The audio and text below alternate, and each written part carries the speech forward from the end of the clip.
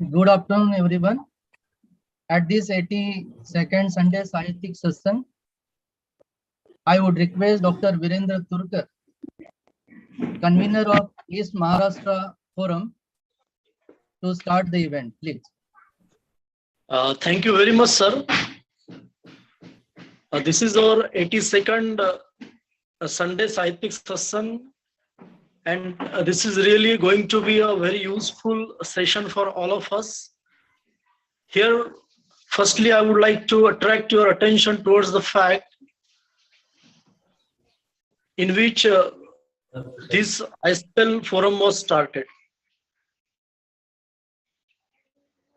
It was a very critical time, a time of Corona crisis, in which all of us had become dissociated with one another, and we needed some medium to come together. We needed a sort of space where we could share our ideas and views with one another. And with the same intent, iSPELL India was established. This forum came up.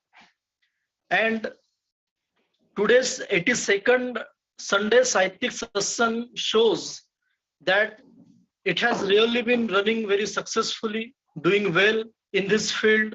We are bringing so many different intellectuals on this platform and provide an opportunity to the viewers, participants, teachers, scholars, and various other stakeholders to listen to very useful lectures delivered by experts. And with the same view and intent, today we have organized this webinar also on a very useful topic. So here I would like to welcome today's resource person, Dr. Subhashri Mukherjee ma'am, who is a well-known speaker, and I hope that we are definitely going to get benefited by her valuable ideas, views, suggestions on the topic. Then I welcome today's chairperson, Dr. Sarita ma'am. Then I would like to welcome here Dr. J. Ghansham sir, the founder and general secretary of iSPELL India, who is a main driving force behind all the activities that we carry out. He is our source of inspiration. Then I would like to welcome here the president of iSPELL India, Dr. Anupama Ohra ma'am. Dr. Pramod Dhengde sir, and all the other EC members of iSPELL India, and Dr. Yogesh Sarode sir, who is the president of East Maharashtra Forum, who is hosting these activities, this flagship activity or event of iSPELL India since last time. Then I would like to here introduce Dr. Shweta Vajpayee ma'am, who has been working as an assistant professor. She has done a PhD, and she has been continuously working as a coordinator for East Maharashtra Forum, and she has definitely given a very valuable contribution in the organization of various programs, and she is ready to accept any challenge. She actually comes from Raipur, but in Nagpur University, she has, under one college which is affiliated to RTM Nagpur University, she's offering her service. So such a very talented and energetic personality today we have with us as master of ceremony for today's program.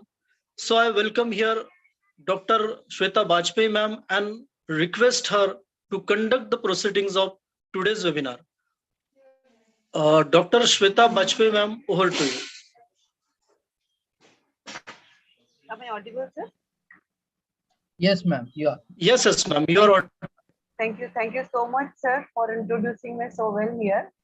Namaskar and very good afternoon to all the dignitaries, academicians, researchers, and my dear students to this virtual platform for attending 82 Sunday Sahitya Satsang program, a flagship event of iSPELL India. And this month it is organizing by East Maharashtra Forum. Really, I am pleased and honored to have this opportunity to be a part of today's event. This program is happening on this holy day and time of which we all are witness. I heartily welcome you all for this Sunday Sahitya Satsang program. Friends, as we all know that no journey can start without knowing where you want to reach and how. Similarly, the research related journey is. It cannot start without establishing what we wish to achieve and what particular issues we wish to address through such research. And research project writing is one of them, and especially for the teachers of language. When we are ready to preparing a research project, many things comes in our mind that should have catchy language, precise and beautiful words, etc. Then many more questions comes in our mind like about its format, use of language, outline structure, and different strategy to write it. Really, all these are very big challenge what we encounter along this way. And in this entire month SSS program schedule, today's topic is based on project writing in language. We are honored to have resource person for today's program, Professor Dr. Shubhashri Mukherjee ma'am. I would like to share ma'am's remarkable achievements here. Dr. Shubhashri Mukherjee ma'am is professor, IQAC coordinator, and PhD supervisor, head international collaboration and training and placement division, Kamala Nehru Mahavidyalaya, Nagpur. She is institutional coordinator for international network for quality assurance agencies in higher education, Barcelona, Spain. She is member of curriculum designing committee for international postgraduate diploma in quality assurance in Asia Pacific Quality Network, Shanghai, China. She is examiner for University of Cambridge, London, UK. Ma'am has delivered talks and chaired sessions in several national conferences. Ma'am is also member of editorial board of several national and international journals. Ma'am has also successfully completed UGC sponsored minor research projects. Ma'am's research papers are published in reputed national, international journals, books, and seminar proceedings. Really, ma'am, we are honored to have you here with us. Now, I would like to invite and request Dr. Mukherjee, ma'am, to please share your views here. Stage is yours, madam. Thank you, Dr. Shweta, for your sweet words. I would really like to appreciate your way of presenting a very a mediocre person as a very, supreme scholar through your words. Thank you very much. I don't know whether I deserved all the praise. I deserve all the praise that you showered on me. Chairperson of this virtual program, Dr. Sarita Jain, Dr. Virendra Turkar, who was coordinating the events since last few days. On this occasion, I would like to mention one thing, first of all, that Sunday late afternoon is a very difficult challenge for the speakers to keep everyone awake. And whether you call it by bad luck or bad fortune, every time after giving the invitation, when the topics are given, like sometimes 3-4 topics are given and then the speaker is asked to select one of those. Every time what happens is that due to my busy schedule, I usually miss out the opportunity and immediately I'm not able to revert. And after 2-3 days, the organizers tell me, "Ma'am, ab yahi bacha hai, yahi aapko lena padega." So I won't say that because ye bacha tha to maine diya, but research and how to write a research project. Uh, as far as the situation is concerned, Sunday late afternoon, everyone is lethargic since morning, and keeping you glued to your screens, keeping you all um alert and attentive is a very tough task, because as I said, the topic is not very interesting, especially for those who have already gone through this. Um but then I'll try. What I usually do, I try to give some real life examples, which makes even some uninteresting topics sound a little bit interesting. So I'll quickly share my screen, and so that you can see what I want to show you, so that we have.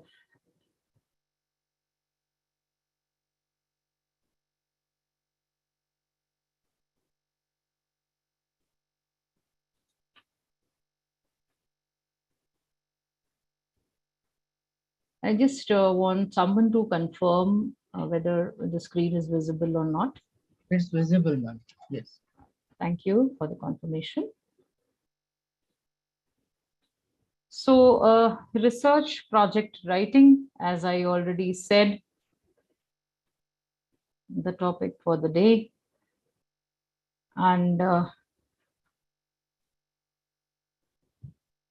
quickly moving on to what are the things uh, that are to be kept in mind while doing this research project writing, and first of all, the selection of the right topic. Now, I would say that your topic determines your project. So, as Dr. Bajpai rightly added in the beginning, that the choice of words is very important. While choosing the topic, the right words should come in mind. Which are the words? You have to be very careful, you have to be very cautious while selecting the topic.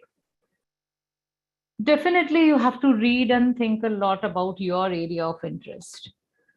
Often I'm surprised to see youngsters coming to PhD supervisors saying that, kindly suggest a topic. I want to research, I want to conduct research on a topic which you will suggest, that is, which the supervisor will suggest.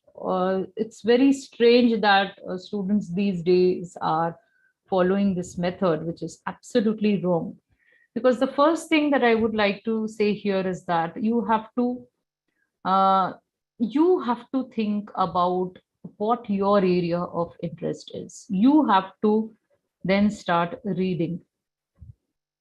Children, unfortunately, these days they come to us saying that not only the choice of the topic, but they do not have, obviously, it's such a vast field. Literature is such a vast field that you cannot have knowledge about the entire English literature. So once you suggest, even if you suggest, I do not do that, but even if a supervisor suggests that, okay, this is a particular topic that you are supposed to select, the student doesn't know anything. He or she has a blank face because he has not read anything. Reading as a habit, or rather, I would say as a hobby or a habit, has shown a declining graph. Today, students have stopped reading. They only read messages. They have stopped reading books. They have stopped reading articles. And hardly you will find a student, even a PG student, reads. His reading is only limited to the texts that are prescribed. Reading is limited to the question and answers that he or she is supposed to attempt for the examinations. And this is the most unfortunate part that I would like to highlight right in the beginning, because while selecting the topic, you should have thorough knowledge of the topic on which you want to conduct the research. So first of all, you have to consider your area of interest. After considering your area of interest, you should have enough knowledge about that. Enough background reading should be there in order to enable you to proceed further in that direction. Now, once you have read a lot, once you have thought a lot, then you start gathering those thoughts. You start grouping those thoughts. You start channelizing those thoughts. Once you start this grouping, channelizing, and your research title slowly and steadily comes to your mind. Now, what do I mean by the fourth point? The title should be interesting. Interesting in what sense? It should appeal to the one who reads the topic. It should appeal to. It should sound attractive to the one who is going to read your dissertation, or maybe for the one who wants to know what your topic is. The title has to be interesting. So the choice of words, as I said initially, is also a very important factor. Now, you should first of all know whether you want to really investigate that topic or not. Now, here I would not just like to request the students who are attending, the research scholars who are attending, or maybe the PG students who are attending. I would also like to request the supervisors to make it a point to tell their students to do all this. To first of all go home and read whatever comes to their mind, that okay, this can be an interesting topic, this is something which is there in my mind, I want to work on it. So once your area of interest is determined, once you start gathering your thoughts, then you have a precise idea about what your title should be. So once you select this title, then you should really, from inside, you should want that urge should come from inside, that yes, this is the topic that I want to research, I want to work on this topic. Now tell me something. The example which I gave you, that students come to me, or rather for other supervisors as well, students might be going to them and telling them that, sir or ma'am, you tell me what is the topic. Now, when a supervisor tells you the topic, will the first 4 points be relevant? Will the first 4 points that I have discussed be meaningful any longer? No. Because whatever the supervisor suggests you, then you will start reading and thinking on that topic. So again, that should not be the case. You should not go to the supervisor like a blank notebook on which he or she will write for you on your behalf, will frame your research. That should not be the case. It's not for the sake of doing that you're going to do it. It's something which should come from inside. You should feel that I want to really work on this topic, I want to investigate this topic. Then only children, then only friends, you will be able to do justice to that topic. This is what I want to say. Now, the last but one point, again, it emphasizes on what I've already said, that don't rely on others for recommendations. Why do you want people? Because how do people know what your area of interest is? Sometimes I ask students, what is your area of interest?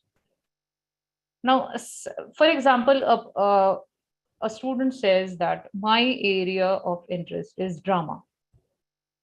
Now, many a times in 95% to 98% of the cases, the student replies, when I ask, then what in drama, what kind of drama? So the student names certain plays which were maybe a part of his or her PG syllabus. Now, again, as I said, related to the second point that you can see on the screen, that there is hardly any reading. So when the student restricts himself to read only what is prescribed in the syllabus, automatically his framework becomes very restricted. He or she only names the plays that he or she has read because it is a part of his syllabus. So that restricts the very idea of research, and research means it should not have so many restrictions, especially when you begin choosing the topic at that time. Now, the last point is very, very important, that keep your plans realistic. Young researchers these days, because you usually, another thing which I want to focus here is that, which is not mentioned anywhere, but somewhere I would like to throw some light upon it, because it hampers research, the age of the researcher. It is, I'm sorry, this is not mentioned anywhere. There is no age limit for this.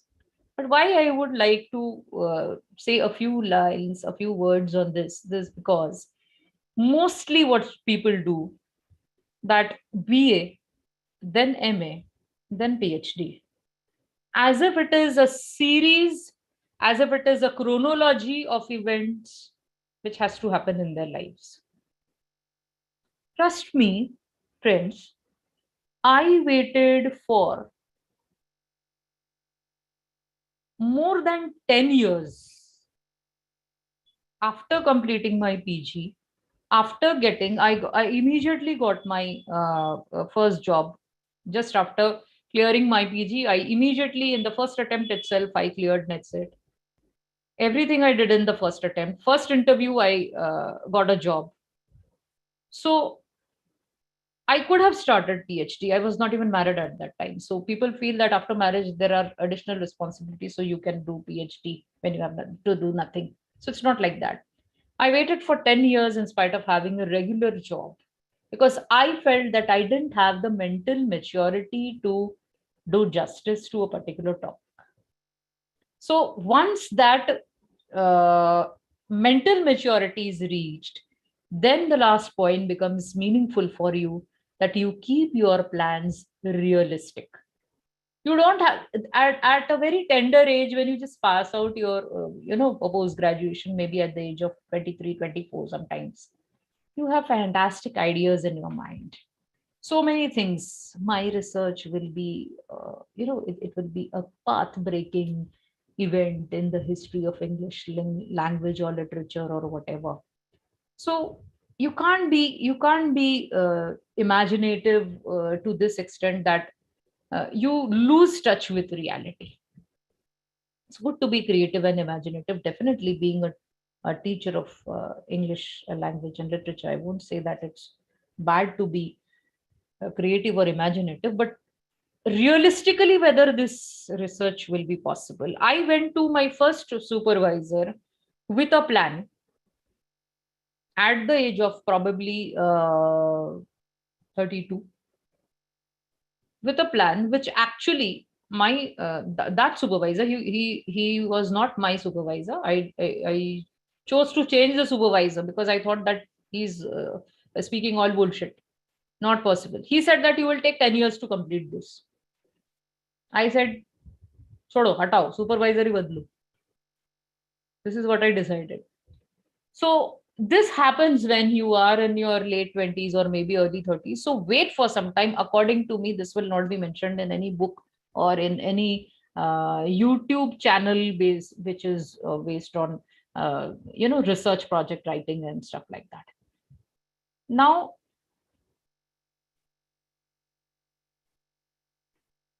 next is preparing a project timeline.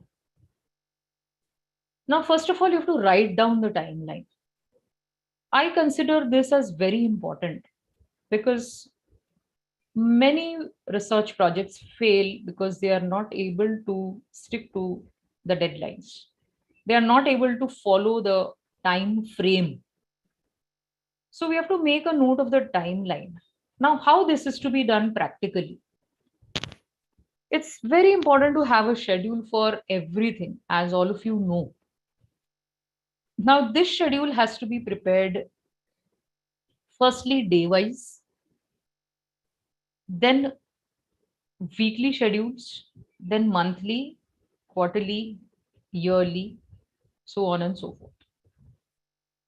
Now, you have to write this down. Certain things are there which have to be written right from day one.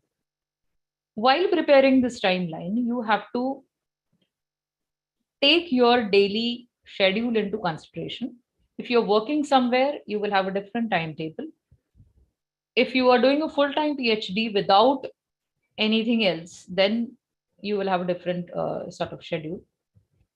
That daily schedule will differ from person to person. Again, don't ask people what sort of timetable you are preparing. I want to follow that. No, you are a different individual. Your timings, your uh, schedule will be entirely different from others. Now, after this, preparing this daily schedule, you know what you do throughout the week. Prepare a weekly target. After that weekly target is prepared, you know that monthly this much I can achieve, this much I can do, this much I can read, this much I can write. And on the basis of that monthly, the quarterly target also can be fixed. The progress report that you are supposed, I said some practical things I will tell you along with these theoretical things. The project report which you are supposed to submit will not be a hindrance, will not be a hurdle, will not be an obstacle for you or a challenge for you if you prepare this project timeline right in the beginning. And definitely, just preparing it will not help you. You'll have to follow it. You have to adhere to the timelines. Strict adherence to the timeline is advised. I don't know if any of my students are listening to this. They would have told you how particular I am regarding timelines. Because I feel that the only reason why we are lagging behind maybe a country like the US is that we do not follow timelines so strictly. So checking the timeline, checking what schedule you have prepared daily, tallying whether that is being achieved is a very important aspect. Now, this is what someone told me when I was doing my own PhD. Right, right, and right. Many supervisors may disagree with me on this, but I beg to differ because I feel that you can start writing from day one. Because even when I teach the undergrads and I teach maybe compulsory English, which is a mandatory subject in the undergrad level, I make it a point to tell them that how do you solve a summary writing question, or how do you solve a précis writing question? It is by reading. Now, how this reading to be done? How more than what to be read, I think how to be read is more important. Now, please pay serious attention to this. Why writing is important, and that too from day one. You don't miss out on anything when you write. Say, for example, you are reading a passage, you are reading a short story, you are reading a novel, you are reading a play, for that matter, anything. When you read, I always tell my students to underline the keywords. Along with that, I tell them to write notes either on the left hand side of the margin or on the right hand side in the margin. So very short, maybe a word or a two, the summary of the entire paragraph, the summary of all the keywords that you have underlined in one or two words. I'll quote examples. I have examples for everything that makes the point clear always. For example, there is one page written on Lata Mangeshkar. And the first paragraph says that Lata Mangeshkar was born in this place in this year, and these were the names of her parents, and okay, all this is written. Then I tell them to underline the keywords and write background next to this entire background. So you know that this is the background of this particular person. Second point, paragraph may be related to the works, what she has done, how she entered the film industry, how she started singing, how she got films, which were the prominent ones, what were the major directors and producers with whom she worked, the major music directors. So something about her work. So work and career may be written in the margin. So this is how I'm not going more in detail. I hope all of you have understood. Start writing from day one means what? Whichever page you read, you make such very small notes, and this will actually save your work, because this will help you in judging what each page contains in a very short span of time, which students usually tend to forget when they start writing after maybe completing the entire collection of short stories, or the entire novel, or the entire play. They might forget what they read in act 1 scene 1. So this taking notes in this form is very important. Writing means you don't start writing the introduction or the literature review, or for that matter such details related to the dissertation. This is the sort of writing that you are supposed to begin with. I hope I have made myself clear. Now, we have to write down whatever we observe in terms of not just facts, not just figurative details, but your observation from maybe like how, in a way, how you analyze a particular character through that paragraph. Okay, crookedness. You see crookedness in a particular character. So next to that paragraph, you write crookedness. How you identified that crookedness was there? Through the keywords that you have underlined. It's very simple. Now, whatever you have written on one side, either the left margin or the right margin, you make notes out of that. The whole process has to be documented. Whether we are doing research, whether we are preparing for NAC. Since I happen to be an IQAC coordinator, so quality always clicks me very fast. And this entire NAC, as most of you must be knowing, is completely about documentation. So how well you document is counted everywhere in the quality process. This documentation happens to be an integral part, and documentation means you have to write. Alterations may be done later, as I said. It is not the final draft that you are preparing, right? It is just whatever is in your mind, whatever comes to your mind by reading those lines, you are jotting that down. So this is writing. Another thing that I would like to say is that when people do their PhD, they are generally at a stage in life when they are very busy. Now, while, as I said, I was already the IQAC coordinator, and in my institution, we were expecting NAC. So it was the last stage of my thesis writing, and someone told me, not my guide, someone told me that, how well are your preparations going on? I said, no, NAC is going on and all this. I'm completely busy, and I don't have time. Oh my God, I can't even think of writing now. What are you saying?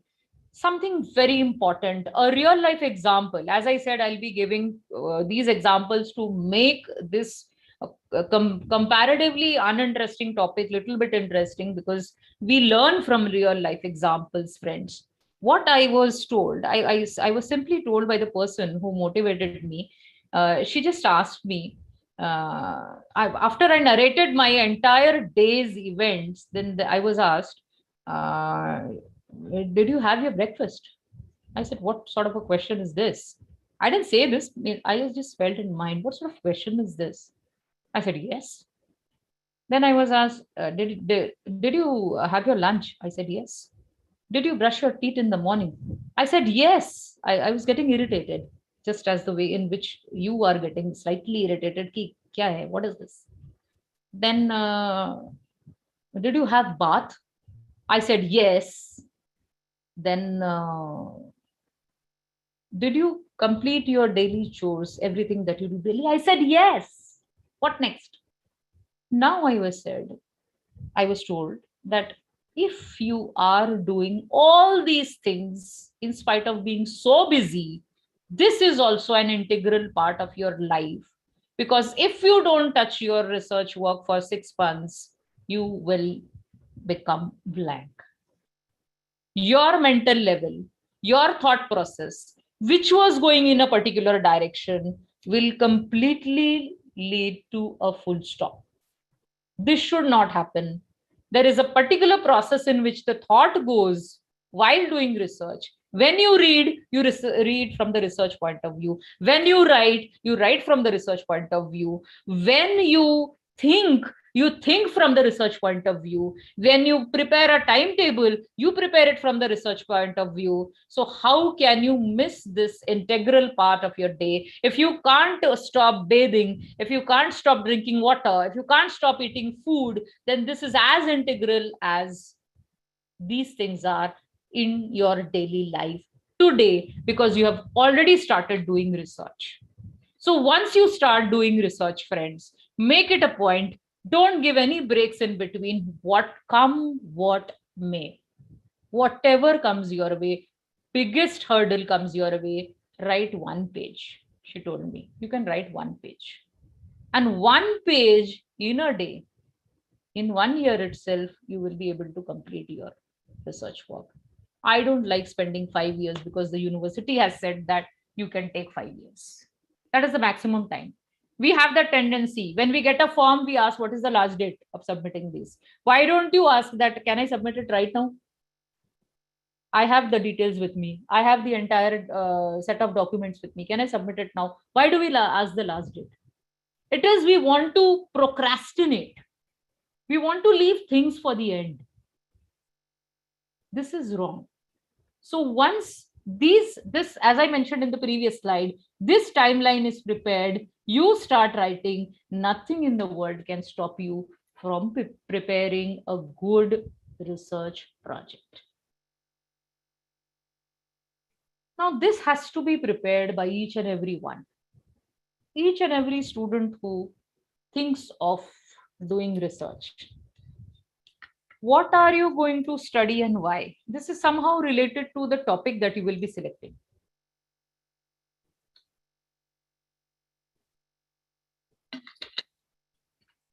You should be aware of why do you want to select this topic? Why do you want to work on this? Sometimes as undergrad students say, why did you opt for commerce? My friend took admission in BCom, that's why. I hope the same doesn't happen to you. Or if you are inclined to do this, kindly stay away from all these things. What are you going to study and why are you going to study this? This should come to your mind. Which research methods will you be using? You should be clear about it. I have seen children practically fall in trouble after selecting a particular research topic. For example, a particular topic which a student has selected, and if the student at that time is not made aware of the problems that may come, is not made aware of the vastness of the data. Now this student doesn't, if this student is not told about the techniques and methods, whether he will be using the survey method or the interview method or the questionnaire method, if he is not informed properly, this student may be in trouble. So you as a research scholar, you as a research student have to understand what are the techniques and what are the methods that you will be using for your research. What type of research? That is another thing. How will you do it? That is another thing. Where will you collect the information from? Your sources of collecting information. Data is something else, information is something else. Now, if you feel that you will be able to collect the information you need from journals, from books, from the net, or the information that you need is to be collected from the public. That creates a huge difference between what you want to do and how you want to do, and how will you be able to do. You have to make both ends meet finally. And how this information will collected, not what information or where this information you will get, but how you are going to collect this. You should be aware of all these things right in the beginning. Otherwise, your research will go haywire. You will not understand. It will be like groping in the dark. Sometimes you feel that, oh my God, my supervisor is also not able to give sufficient time to me. You feel you need spoon feeding, but I'm sorry to say, you have landed yourself in this troublesome situation, which you could have avoided if you would have followed the points that I have mentioned here. How you want to collect the information, how are you going to analyze the information. You should do, if you are not very comfortable with statistical tools, with chi-square and stuff like that, why do you want to do a quantitative research, my dear? If you are not comfortable with mean media mode, why do you want to do a statistical research? So how you are going to analyze the information also matters. Now, how long will it take? What will be the duration? The timeline again comes here. The duration.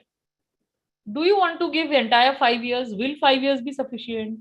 Or a period of 2 years is sufficient? Or 3 years? So you have to determine that, okay, this particular stage, understanding the research problem will take 1 month. All right. Reading various primary sources will take maybe 6 months. So this timeline will play an important role, and you will know that, okay, this is it. This is each stage, and in this stage, I will be able to reach that particular level of completion of my work at that particular level. Now, how will the final dissertation look like? That is also better. Look like means not the external look, but then the chapter scheme and all those things. How will the entire thing look like? Slowly, we are coming to the major parts of the research project writing. Now, the outline will also include these points, that is the data collection strategy. Now, what kind of data do you want to collect? Quantitative or qualitative, primary, secondary, and above all, what will be the process of data collection? Now, quantitative, as I said, it will have numbers, quantity. Okay. In humanities, if you ask me, people tend to go to quantitative research. Very few numbers are interested in quantitative research, like uh, maybe someone who's wanting to research how many vernacular medium students do well in English language in their life. So they need to do an analysis of maybe 500, 800,000. So their numbers will come into play. Qualitative, yes, I will deal in detail with all these processes, these tools, how these are to be handled in the coming slides. Primary, what are your primary sources? What is your primary data? What are your secondary sources? What is your secondary data? And how will you collect this, either qualitative or quantitative data? How will you collect this primary and secondary data? This you should know. This we are discussing about the outline. Now we are coming to one of the major part, that is the organization of chapters. Now you have read a lot, you have prepared the timeline, you have prepared the research outline. After understanding all this, you need to know what is going to be the sequence of your chapters, or which are the chapters on which you will actually start working. So this is just chapter 1. Okay. Now don't worry, all the chapters I will not mention in this much detail, because you need not it will differ from subject to subject, it will differ from topic to topic. So that I will not be able to handle, but I'll give you certain tips on that. Now, once we deal with organization of chapters, the first thing that comes to mind is the introduction. Now, once we write the introduction, we should be very much aware of the fact that there is a difference between introduction and background. There are many students who actually synonymously use this, but it's not. Your introduction contains the preliminary data about your topic, whereas the background contains the clarification and the importance of choosing a particular topic. Introduction will give you preliminary information, initial information about the topic, but background will, when a person reads the background of the research, then he or she will be able to understand that why this particular topic is being selected, why this particular research problem is being selected. So why you will choose this topic will be determined by the background, the description of the background that you will give. Now the next point is the problem statement. It is also called the research problem. Now a research problem is an area of concern, or it is rather a gap between the existing knowledge, that those points that need further understanding, further investigation. So you identify that gap which is there in the existing scheme of things, and you have to, your research problem will thus be a solution to those gaps. Now, what are the steps for determining the research problem? You have to first think that your dissertation should aim to address this research problem. Your dissertation, your work, your entire thesis will actually be a solution to this research problem. That is how you will construct, you will contextualize the research problem. Now there have to be certain research aims. There should be certain objectives. Now, what do you wish to achieve? First of all, what do you wish to achieve? Your outcomes, the outcomes that you aim to achieve by conducting this research will be your objective. There can be more than one objective. Objectives can be many, aim will be one.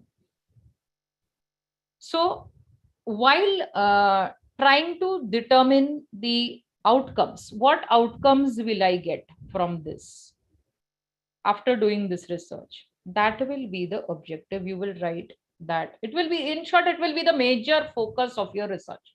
This is why what I want to do. This is why I want to do this research. That's all. Now you have to return to your aim always to keep your research on track. Whatever you are doing, you have to see whether it is in line with the research aim.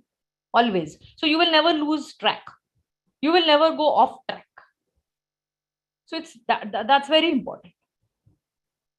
Now the significance of the study. You have to state how your research will contribute to the already existing field of knowledge that is there. How, you can say how your research will be beneficial to the society, if at all you can relate it, correlate it. Or else you can also indicate how your study may help future study in this field. That you can say. Now the scope of study or the framework, the theoretical and the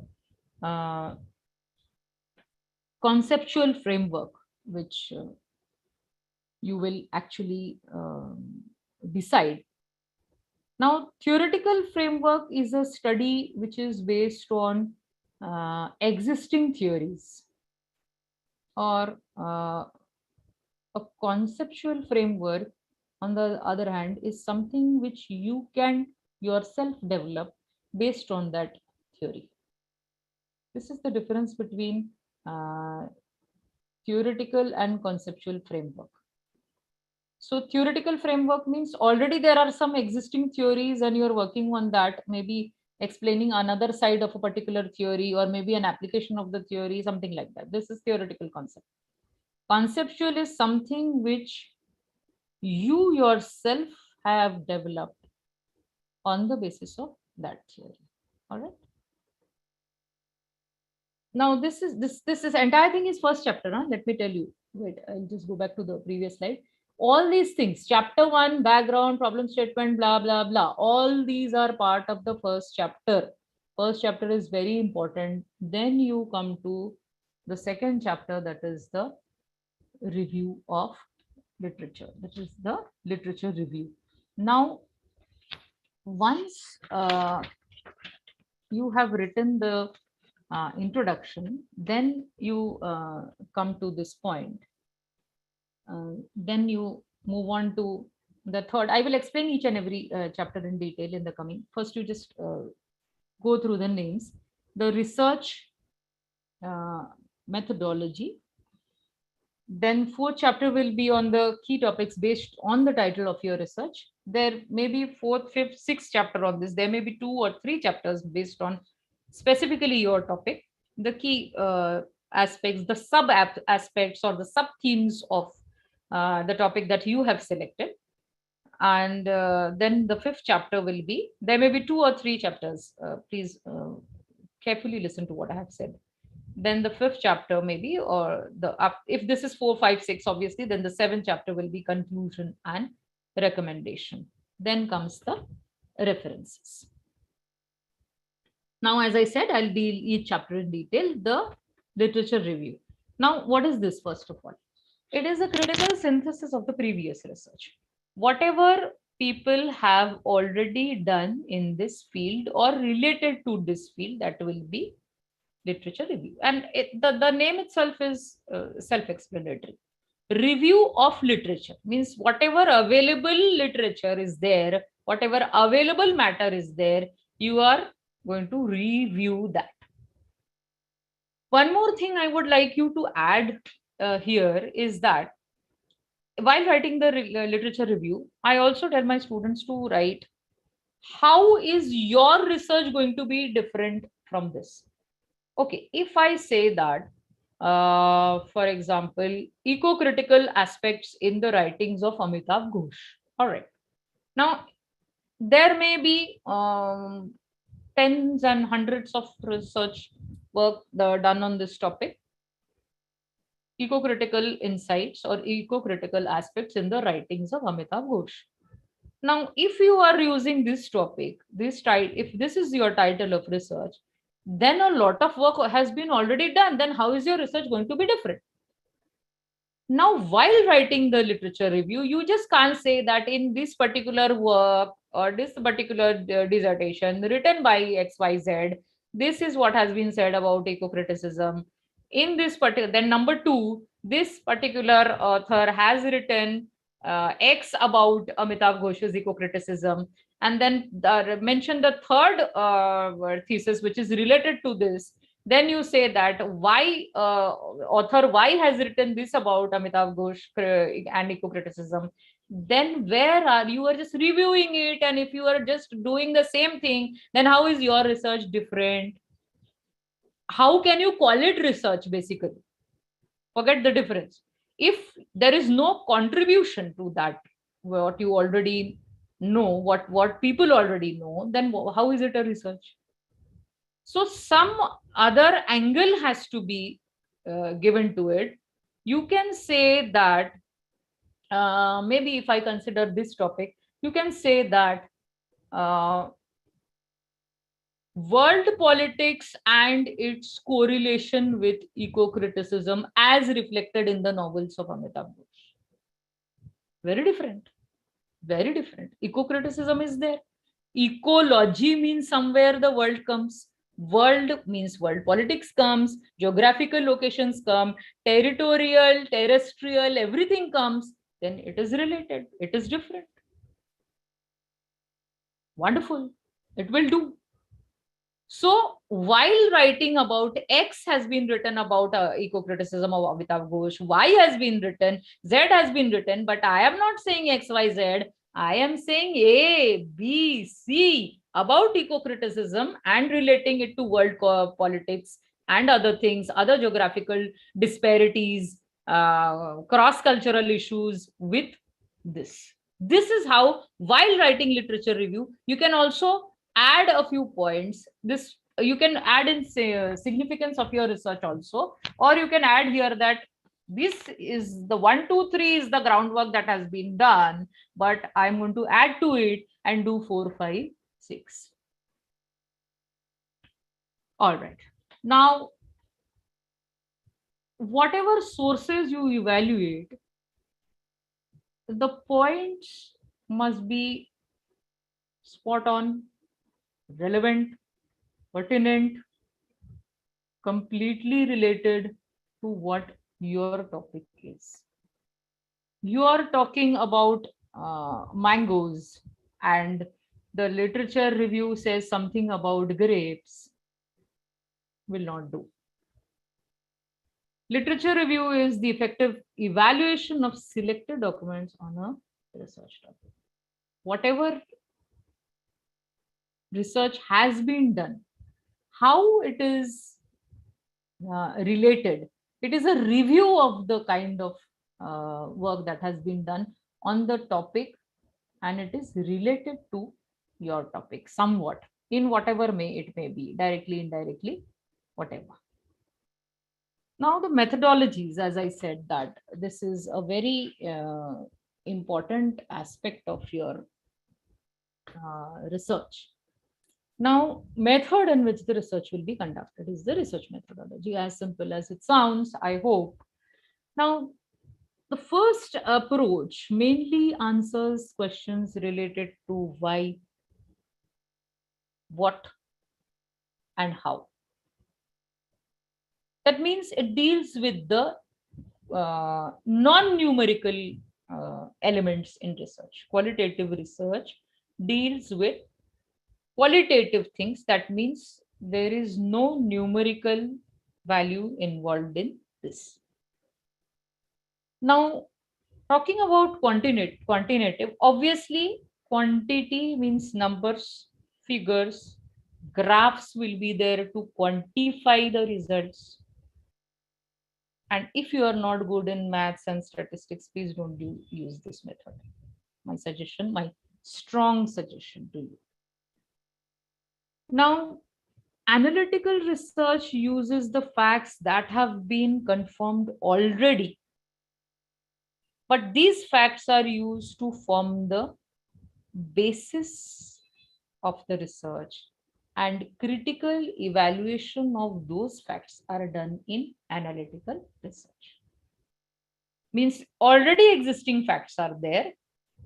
Those are taken into consideration as the basis of the research, and critical views on that of different critics, of different authors, of different experts, your own critical evaluation of it happens in analytical research.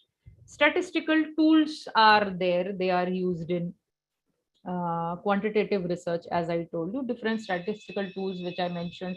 Some have to use mean, median, mode. Some have to use this chi-square and all that. So all these things, when there is quantitative data, then you will have to use all these methods, to justify your points. Now, conclusion and recommendation of your this part of your research project writing. You have to find logical connections in whatever you say.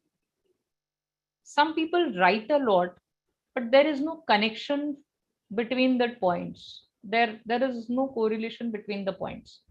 They can't connect to the research aim. They can't connect to the research problem. So that means, that is how I say that the research goes haywire. That should not happen. It's five. Can I just take 3-4 minutes, 5 minutes at the most to wind up? If the coordinator could just confirm. Any one of you from the organizing team? Yes, ma'am. Yes, You ma'am. can. All right. No problem, ma'am. I hope you can Yes. find some logical connection in what I am saying. Yes, ma'am. Okay. So it's actually stupid to ask this, Continue. and in the end, but let's hope that when I conclude, you find some logical connections in what I have said. All right. So this conclusion, as I said, you should be able to link this to your introduction. You should be able to link this to your what do you call it? Research aim. You should be able to link this to whatever you are writing. That means it will give some concrete base to what you write. You should never forget logic. While you write this, you cannot forget the logic, even while giving the recommendations. Whatever logic you give should be concrete, it should be specific. And all the recommendations that you give should be connected to your conclusion. All the recommendations. Usually, there are certain things which we want to recommend, but we feel that whether we should recommend that or not. But then if they are specific, if they are concrete, if they are relevant for that matter, then definitely you can give those recommendations. All right. Another important part is writing the references. Now, in-text references, while writing the content itself, when you have to give some reference that, okay, this has been said by this, and you quote directly. So how to write that? The MLA citing format has been given by me. So first you write the author's name, then that is the last name, then the first name, then the title of the source, then the title of the container. Now, what is the container you would like to know? Then other contributors, version, numbers, publisher, publishing date, and location. Now, I will just give the details of all this. What do you mean by what? Author's surname, then name, that you understand. Title of source as per work, means related to capitalization. The surname has to be, the name has to be in capital. The title has to be all words except the what do you call it, the prepositions will not be in capital, and stuff like that. Punctuations you have to take care of. Then container is the collection of essays or the journal from the newspaper where you have taken it, that is the container. This here the word container was there, so here title of container. All right. So container means the collection of essays or the journal or the newspaper, the website from where you have taken it. Other contributors like the editor, if it is an anthology, then you'll obviously have an editor. Then the translator might be there if it is a translated thing. Version means the edition is the 6th, 5th, 4th, whatever. Number means the volume number. If it is a journal, the issue number will be there. Then publisher, primarily the person who is responsible for publishing the work. The date, the publication date that is used by the publisher. Then the location, that is the page number, for example, if it is in this page number, whatever page number, that is the location from where you've taken the section, or the URL, or the dates. These are the things that you will be mentioning. All right. This is another part which is sometimes wrongly interpreted with reference. Bibliography. Now, it is a list of books and other references that you use to prepare a research paper. They are usually placed at the end of the paper.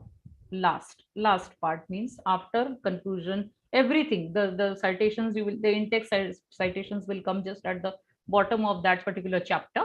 Then in conclusion, of course, you won't have many citations and all that, because you are concluding, and the bibliography will come at the end, nothing after that. Okay, so thank you for listening patiently, and if there are any queries, and if it is there in my capacity to answer those questions, if it is there in my understanding and knowledge to actually give you more information on that, then I think that I'll be able to resolve them. So you can go ahead. Thank you, ma'am. Really excellent deliberation it was. And after this wonderful, knowledgeable session, whatever doubts we had in our mind regarding the research projects, research writing, and all that are now clear. You really elaborate the topic beautifully. Definitely, this will be useful for us whenever we make it either for us or for our student. Yes, research work and writing research is very important in our life, in our field. Really, if the research work is related to the language, especially, then more care has to be taken. Although all the ideas related to this topic are cleared now, but I can see some questions are here, ma'am. So Yes, yes, yes, yes, just I'll try to answer some of them. yes, yes, ma'am. Research methodology, do you suggest MLA handbook? Certainly, MLA handbook is the best. Whichever edition you are using, mostly there are very minor changes in each edition. So whether the 7th or the 8th edition, whatever you are using, you have to stick to that edition right from the beginning till the end. Like you can't use another edition for the maybe the 4th and 5th chapter, and maybe for the first chapter a different edition. So you have to follow one style sheet, that is MLA, APA, whatever you use. Yes. Hello, There ma'am. is another question, ma'am. What kind of chapterization would you suggest for literary research? This is the chapter scheme which I suggested. Basically, based on your topic, I don't know what your topic is. This is Meenal Srivastava, if I'm not wrong.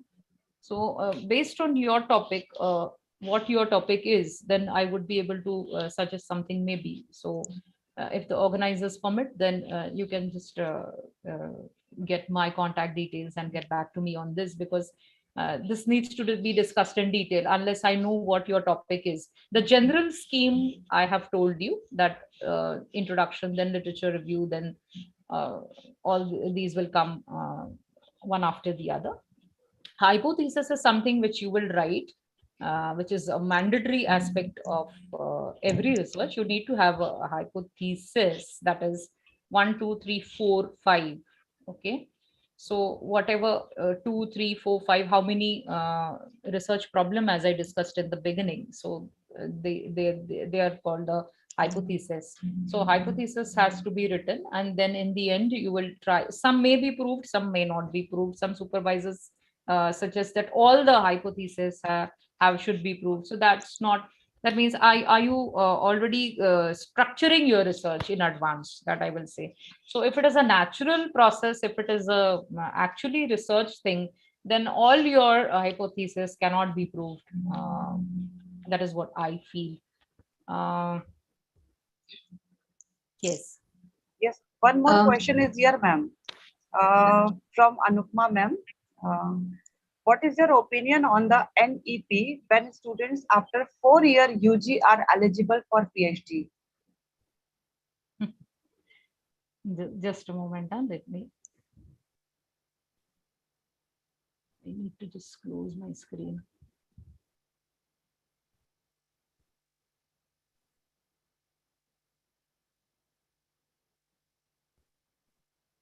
Yes. Regarding the new education policy, the 4-year, can you just repeat the question? Yes, ma'am. Just a minute. What is your opinion on the NEP when students after 4-year UG are eligible for PhD?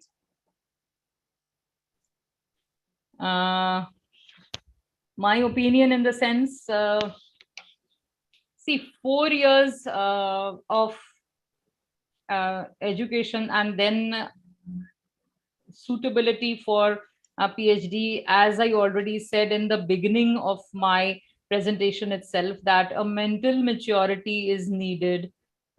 You will say that why the government is allowing us, whether it is the UGC or whichever body you believe in, the apex bodies are allowing us. So why shouldn't we do it? But I have a different line of thought altogether.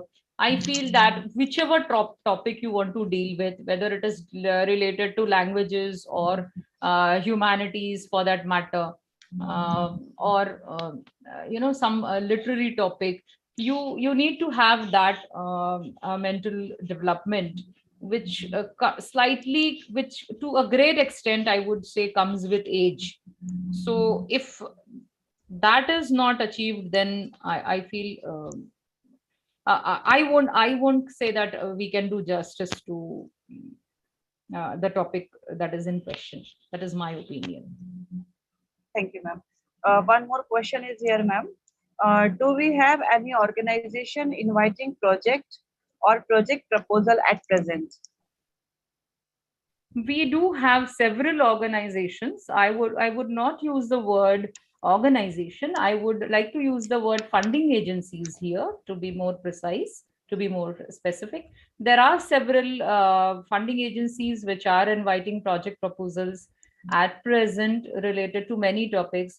Kindly don't ask me whether your project will be sanctioned or not, because of late we have seen many agencies inviting proposals, but we come to know that I won't take the names of any agencies, but then during COVID, we had several agencies related to the Ministry of HRD, which had invited proposals.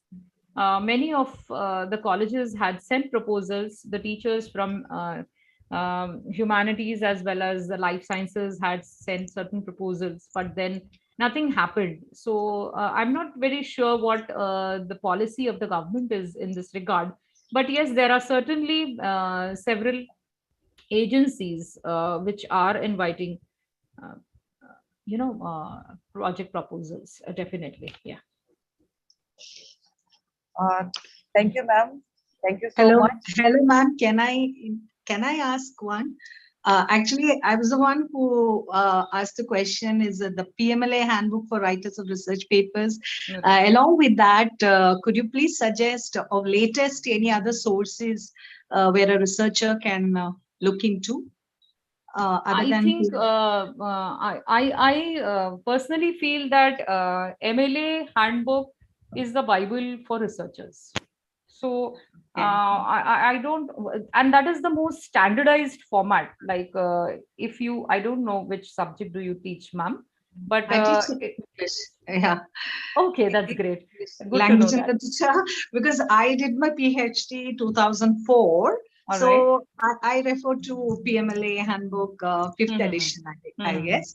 Now we have 7th and 8th and all that. Yes. But of late now, I don't know, are there any other standard sources where we can look Yes, into? but what I was trying to say, why I asked you which subject do you teach, I just wanted, because I wanted to give you the example of RP, received pronunciation.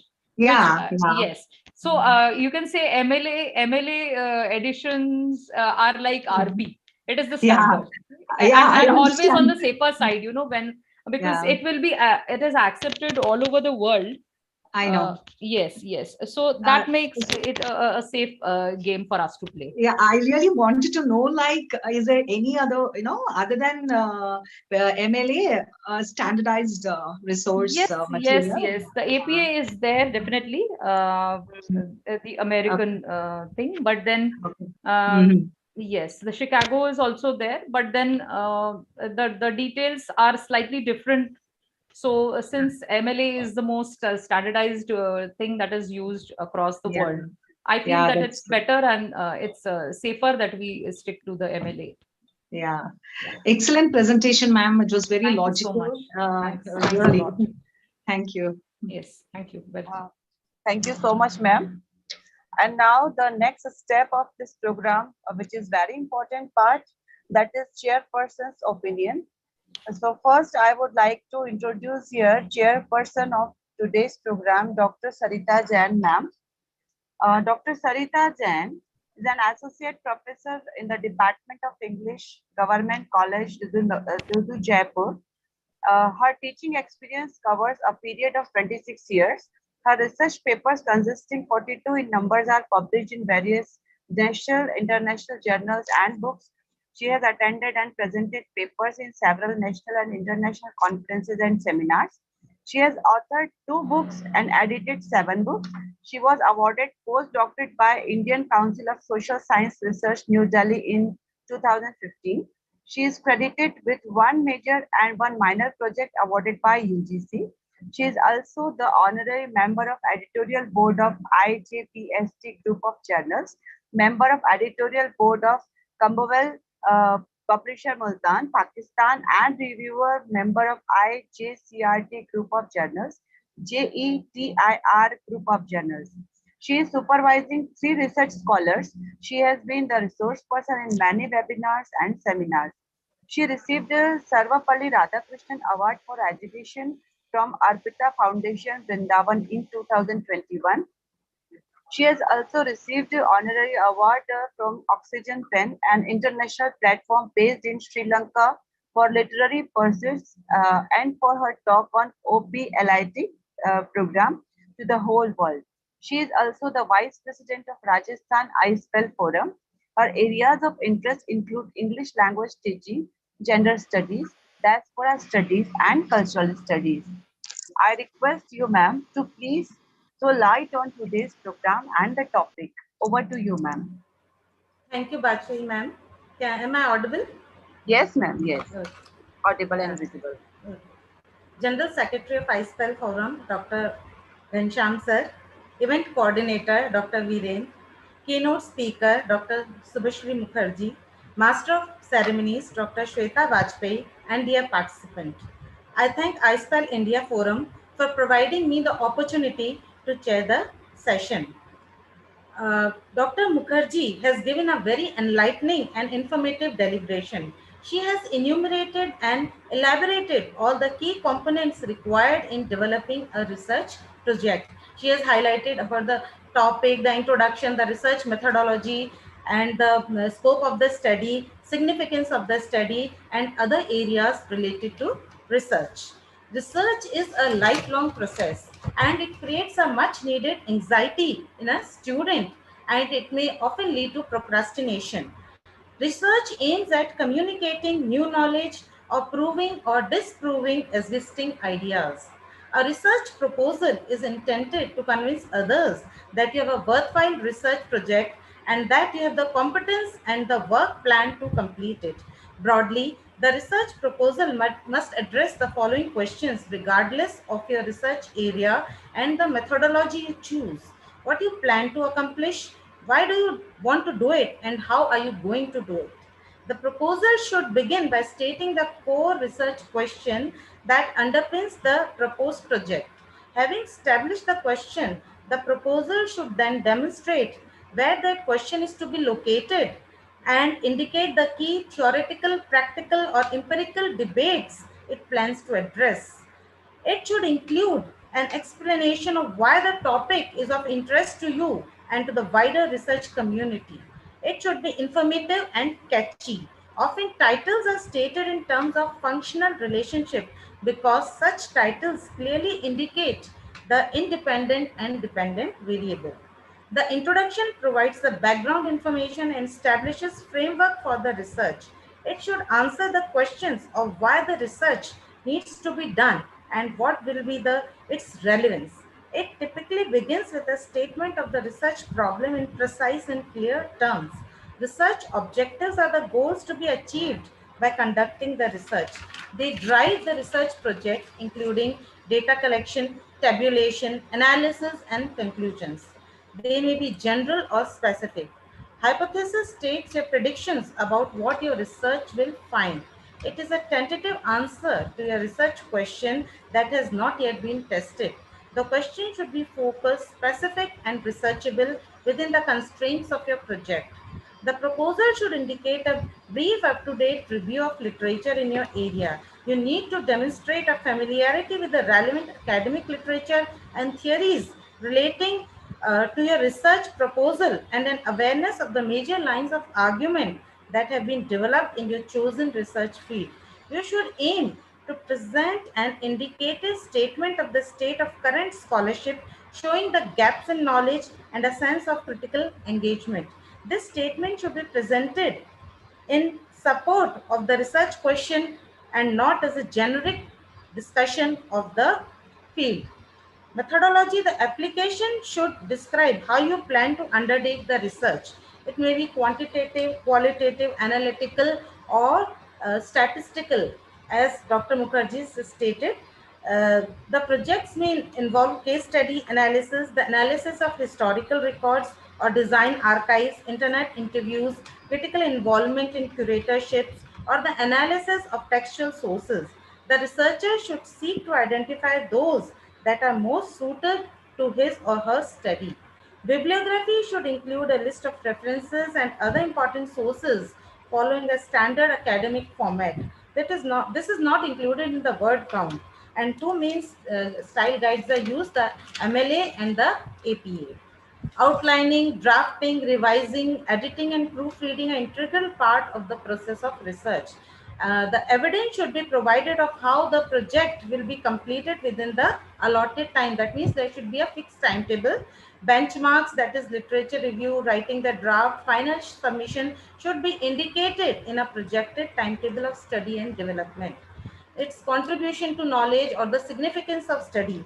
Although you are not in a position to present research findings, it is often beneficial to conclude the proposal by indicating the contribution you envisage that your research will make to the literature, significance to the society in your particular subject area, or by indicating the potential practical or policy implication of your research. It should indicate the national, international significance and interdisciplinary relevance.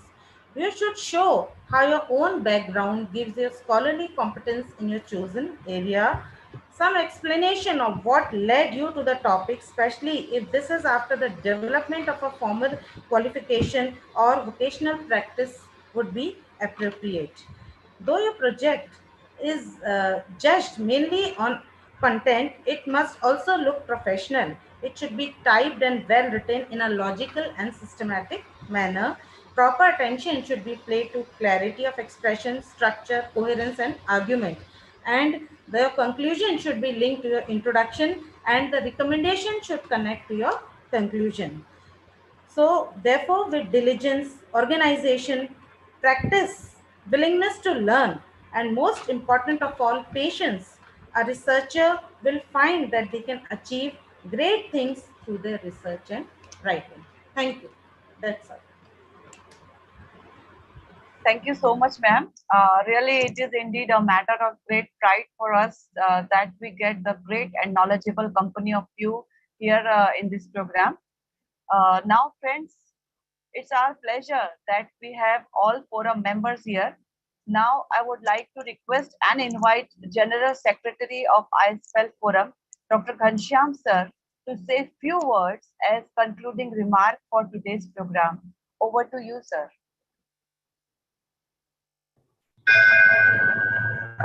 Good evening, ma'am. Am I audible?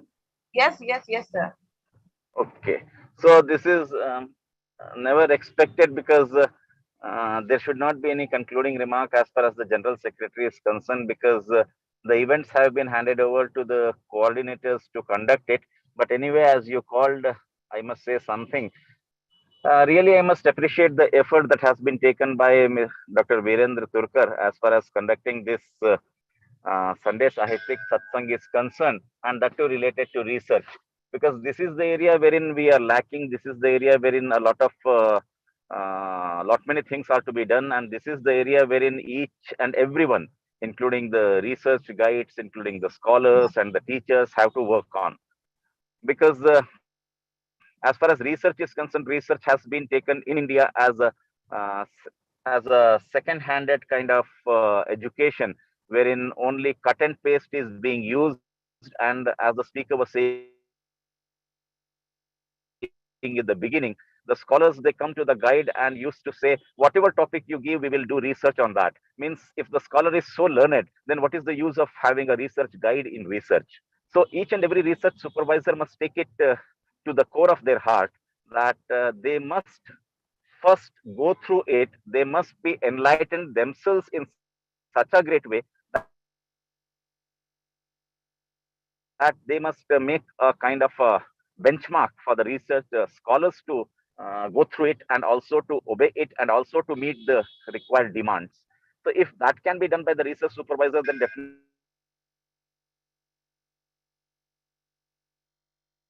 definitely the status of research in concern will go up. And as far as national education policy is concerned, it has been already mentioned in the national education policy that we must support research temper in the among the students and among the faculty members. And that's why after having the graduation, the fourth year is a graduation with research, wherein this kind of a research temper is to be encouraged among the students so that they can take up research and go ahead with their research work and can do something which is related to the community development, which is related to the societal needs and demands. And all those things are to be taken into consideration. Until and unless your research is going to do something with the society or the community, then there is no use of having the research being done. It's not a research thesis which is to be kept in the almirahs of your reading room and will never be opened after your research. So that's why this research must see the light of the day. So in a very fantastic way, the speaker has taken the topic and she has discussed all the relevant themes. She has discussed all the relevant FAQs, which are very important as far as research is concerned. So, on behalf of iSPELL, I congratulate the speaker, I congratulate the chairperson, the coordinator, and the master of ceremony for doing a wonderful job. And this certificate of appreciation goes to Dr. Mukherjee for sharing her views on research, how to write a research project. And in India, there are lot many agencies which are offering this kind of a help to write the research project. There is ICSSR, Indian Council for Social Science and Research, and there is also an organization which is known as uh, in Shimla. There is one. That's what we call IIAS, Indian Institutes of Advanced Studies, wherein if you submit your research project related to humanities and social sciences, you will be awarded the associateship for 3 years. And in that, you can do your research, and that research will be published by the press of IIAS. So, for doing the honors, ma'am, this certificate is a token of gratitude from iSPELL to you.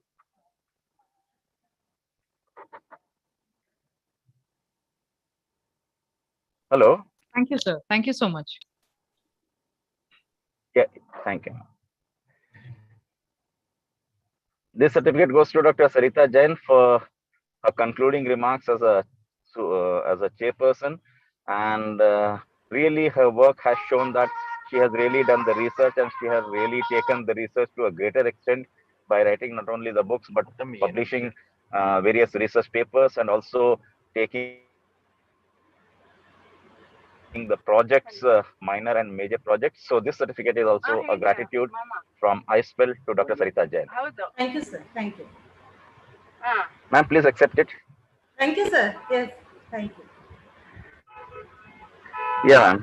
My This pleasure, certificate sir. goes to Thank you. Dr. Shweta Bajpai for doing the honors as the master of ceremony of today's event. And she has definitely guided us and taken us to the end of uh, today's Sunday Sahityik Satsang. So, this certificate is a token of gratitude to Dr. Shweta Bajpai. Thank you so much, sir. Thank you.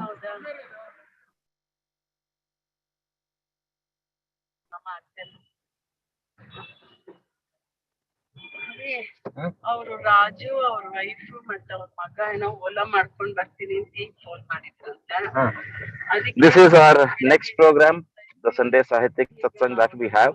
So, we do request you to attend this program wherein Dr. Prantik Banerjee will be speaking on the platform of iSPELL for the second time. And it will be a great honor to listen to another scholar of English language and literature. So, kindly do attend our Sunday Sahitya Satsang on the next Sunday. And we have Pramod, can we show the forums? Yes. 8:30 ಆಗತ್ತೆ ಏನು? 8:30 ಆಗತ್ತೆ. And we have 8 forums of iSPELL. And those who are interested to form a forum in their region or in their state, they are most welcome to form the forum. And we do appreciate the people to come forward and to facilitate the people to elevate themselves. And we do open to signing the MOUs also with the higher education institutions. So thank you very much. Over to the Master of Ceremonies. Thank you so much, sir. Thank you for your kind support and encouraging and enthusiastic words. Really, it's mean a lot for all of us. At last, but not the least, we are at the closing part of the event. It is said that without vote of thanks, it seems for presenting gift without wrapping it. So again, it's my pleasure to present gratitude to all guests, dignitaries, academicians, scholars on behalf of East Maharashtra iSPELL Forum. I am grateful to, first of all, I am grateful to Dr. Subhashri Mukherjee ma'am, guest speaker of today's program. You accept our invitation and honored us. Thank you, ma'am. Then I am thankful to Dr. Sarita Jain ma'am for accepting our request and invitation for today's program as chairperson. Thank you, ma'am. My pleasure. And I am thankful to Dr. Virendra Turkar sir, today's event coordinator and convener of East Maharashtra iSPELL Forum, who always take everything initiatively. Thank you very much, sir. Thank you, ma'am. Thank you. I am grateful to Professor Dr. Ghanshyam sir, founder and General Secretary iSPELL Forum, for your great presence and kind support. Thank you, sir. I am Now he thankful. ಇಲ್ಲಿಂದಾನೆ ಬರುತ್ತದೆ. I am thankful to ಎಲ್ಲ Dr. ಇಷ್ಟು ಬಿಡ್ತಿರಲಿಲ್ವಾ? I am thankful to Dr. Anupma Bhora ma'am, President of iSPELL Forum. I am thankful to Pramod Thengre sir, IT Coordinator, iSPELL India. I am thankful to Dr. Yogesh Sarode sir, President of East Maharashtra Forum. I am thankful to all EC members, iSPELL India, all forum members, all academicians, scholars, and all who present here, join here directly or indirectly. दोस्तों, कुछ पल का ये साथ अब दास्तान में बदल रहा है। कुछ पल का ये साथ अब दास्तान में बदल रहा है। आ गया है अब वो मोड़ जिसमें हमें अलविदा कहना पड़ रहा है। But we will meet again next week. Now, with the permission of the chairperson and general secretary, sir, I declare that today's program is over. Meet you soon. Have a nice time.